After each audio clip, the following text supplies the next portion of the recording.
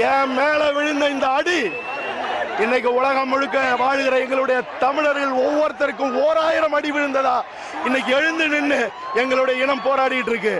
இந்திய அரசுக்கு எச்சரிக்கை ஒண்ணு சொல்றேன். எங்களுடைய மாணவர்களுடைய இந்த போராட்டம், எங்களுடைய இளைஞர்களுடைய இந்த நெருப்பு கொதிப்ப இனியும் நீங்கள் சாதாரணமா எடுத்துக்கூடாது. இந்திய அரசு பகிரங்கமாக தமிழர்கள்ட்ட மன்னிப்பு கேட்கணும். காவிரி மேலாண்மை ஆணையம் அமைக்காதது 50,000 ஆண்டுகள் வரலாறு கொண்ட எங்கள் தமிழ் தேசியத்திற்கு சிதைக்கப்பட்ட மறுக்கப்பட்ட ஒரு வன்முறை. ஆக 200க்கும் மேற்பட்ட எங்களுடைய விவசாயிகள் செத்திருக்காங்க. ஒரு காலமும் நாங்க மன்னிக்க மாட்டோம். எங்களுடைய 5000 ஆண்டு பழமை கொண்ட மரபு ஜல்லிக்கட்டு ஏறு தழுவது விளையாட்டை உடனடியாக ரத்து செய்யணும். அப்படி ரத்து செய்யலன்னா எங்கள் தமிழர்களுக்கு எதிரான கொடிய இனிமே நாங்க கொளுத்துவோம்.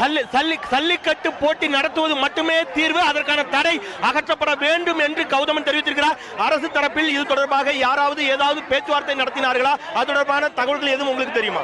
அதாவது அரசு தரப்புல பேசுவாங்களான்னு எனக்கு தெரியல. தமிழக அரசு இந்திய அரசுக்கு அடிமையாக கிடக்குது. சுப்பிரமணிய சாமி எலி, அவர் ஒரு பொறுக்கி சாமி.